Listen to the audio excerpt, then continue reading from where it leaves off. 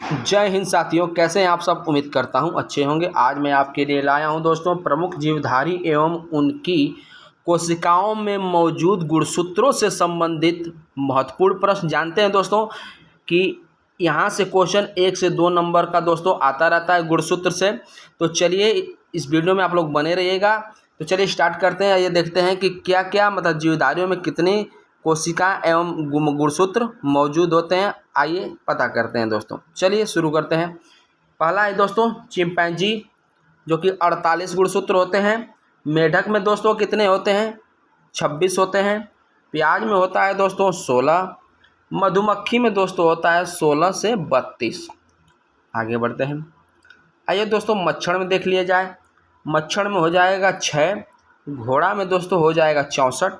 खरगोश में हो जाएगा दोस्तों 44। बिल्ली में हो जाएगा दोस्तों 38। आगे बढ़ते हैं। आइए दोस्तों देख लेते हैं मनुष्य में दोस्तों 46 हो जाएगा। टमाटर में दोस्तों हो जाएगा 24। मटर में हो जाएगा दोस्तों 14। कबूतर में हो जाएगा 80। तंबाकू में हो जाएगा दोस्तों 48। गेहूं में हो जाएगा दोस्तों 42। नींबू में हो जाएगा 18 से 36। बंदर में हो जाएगा दोस्तों 42। मक्का में हो जाएगा 20। आगे बढ़ते हैं दोस्तों। घरेलू मक्खी में 12। कुत्ता में दोस्तों 78। आलू में हो जाएगा 48। चूहा में हो जाएगा 40। आगे बढ़ते हैं। तारकाय के अंदर 1 या 2 कण जैसी रचना होती है, उन्हें क्या कहते हैं?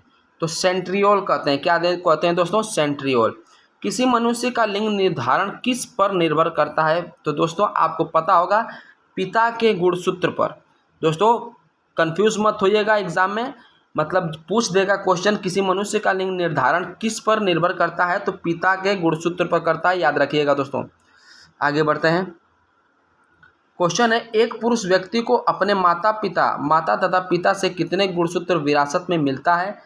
तो 22 + x + y 22 + y मिलता है दोस्तों।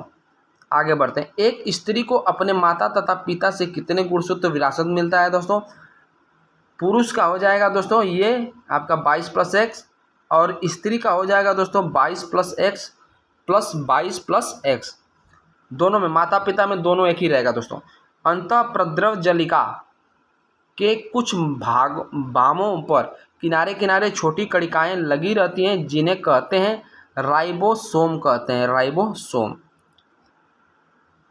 आगे बढ़ते हैं। ईआर का मुख्य कार्य है उन सभी वसाओं व प्रोटीनों का संरचना करना जो कि विभिन्न झिल्लियों जैसे कोशिका झिल्ली, केंद्रक झिल्ली आदि का निर्माण करते हैं। राइबोसोम किसकी बनी होती है? तो आरएनए नामक अम्ल एवं प्रोटीन की बनी होती है। माइटोकॉन्ड्रिया की खोज किसने की थी? तो अल्टमैन ने की थी। कोशिका का पावर हाउस, दोस्तों याद रखिएगा, माइटोकॉन्ड्रिया को कोशिका का पावर हाउस भी कहा जाता है, जिसकी खोज अल्टमैन ने की थी। डीएनए का पूर्ण रूप क्या है? Deoxy रिबोनुक्लिक acid. आरएनए का होता है रिबोनुक्लिक एसिड। डीएनए का मूल इकाई क्या है दोस्तों? न्यूक्लियोटाइड्स। आगे बढ़ते हैं। डीएनए अणु के क्षारक इकाई में संबंध है तो एडाइन, थाइमिन एवं ग्वानिन, साइटोसाइन। आगे बढ़ते हैं। एडेनिन व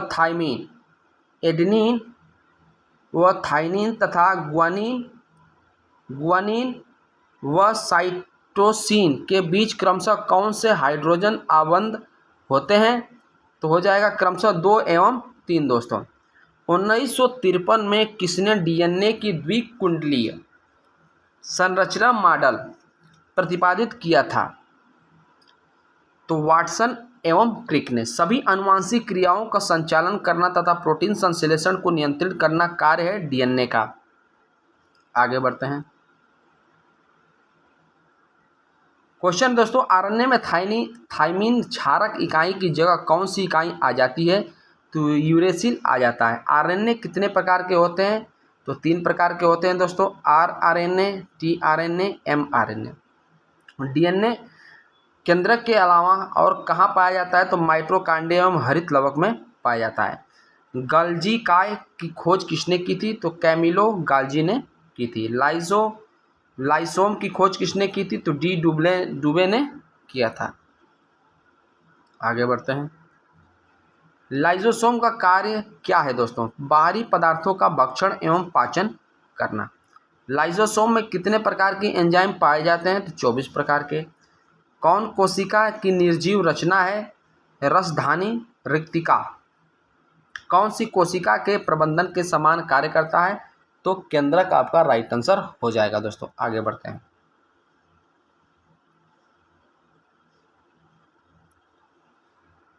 क्वेश्चन है दोस्तों, क्रोमेटिन के अलावा केंद्रक में एक सघन गोल रचनाएं दिखलाई पड़ती हैं, इसे क्या कहा जाता है? केंद्रिका कहा जाता है। लवक कितने प्रकार के होते हैं? 3 प्रकार के, हरित लवक, अवर्णी लवक, वर्णी लवक।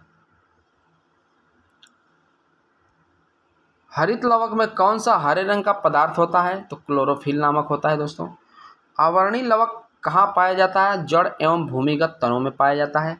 वर्णी लवक के उदाहरण है दोस्तों लाइकोपीन। वर्णी लवक के उदाहरण दोस्तों।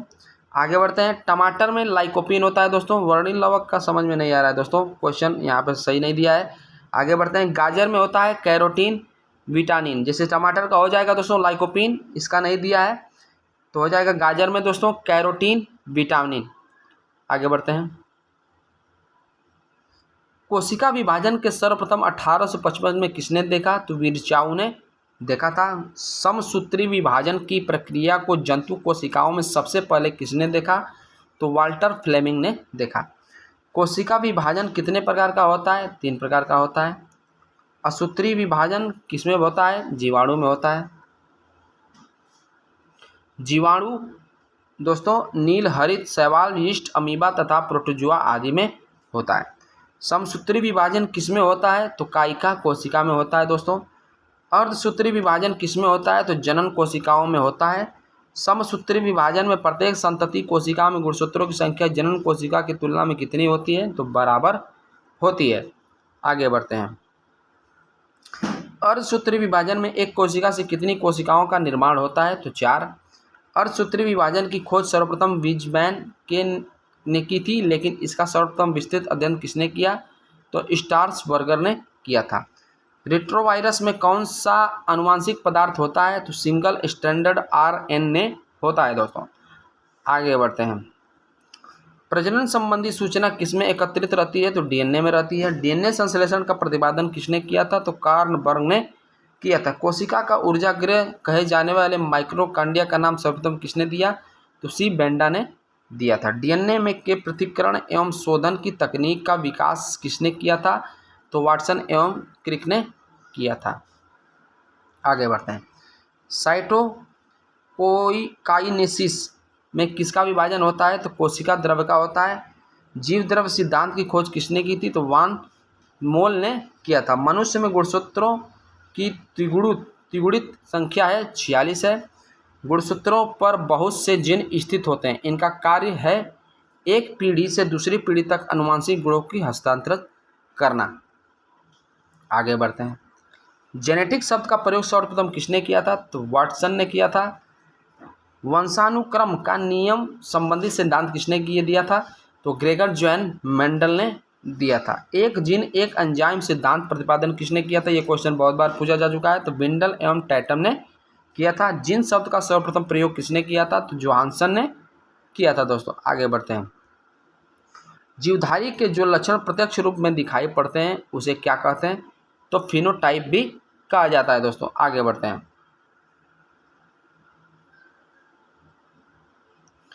जीवधारी के आनुवंशिक संगठन को क्या कहते हैं जो कि कार्कोजीन का बना होता है? तो जीनोटाइप होता है दोस्तों। आनुवंशिक संबंधी प्रयोग के लिए मेंडल ने किस पौधे का चुनाव किया था? तो मटर के पौधे का चुनाव किया था दोस्तों। आगे बढ़ते हैं। एक ही गुणसूत्र पर स्थित जीनों में एक साथ वंशगत होने की प्रवृत्ति को क्या कहते हैं? तो संलग्नता कहते हैं। लिंग संलग्नता की सर्वप्रथम विस्तृत व्याख्या किसने की? तो मॉर्गन ने की थी। मनुष्य में पाए जाने वाले संलग्न गुण के उदाहरण हैं तो रंग वर्णनता, गंजापन, हीमोफीलिया, मायोपिया, हाइपरट्रोकोसिस आदि। गुणसूत्र का नामकरण किसने किया था? डब्ल्यू वाल्डेयर ने किया था दोस्तों। आगे बढ़ते हैं। गुणसूत्र में पाए जाने वाले आनुवंशिक पदार्थ को क्या कहते हैं? तो जीनोम कहते हैं। जिनकी आधुनिक विचारधारा किसने प्रस्तुत की? एस बेंजर ने 1956 में किया था। आगे बढ़ते हैं दोस्तों। किस वैज्ञानिक के प्रयोग से यह साबित हुआ कि डीएनए का एक आनुवंशिक पदार्थ है? हर्शे एवं चेज ने। डीएनए का आनुवंशिक कोड किस वैज्ञानिक ने ज्ञात किया? तो डॉक्टर अरविंद खुराना 1968। माइक्रोसोम्स क्या है? कोशिकीय अंग ईआर का एक खंड है। मानव शरीर में कितने आवश्यक अमीनो अम्ल पाए जाते हैं? तो 20 पाए जाते हैं दोस्तों। वीडियो आपको अच्छा लगा तो लाइक और सब्सक्राइब जरूर कर दीजिएगा। आपका बहुत बहुत धन्यवाद।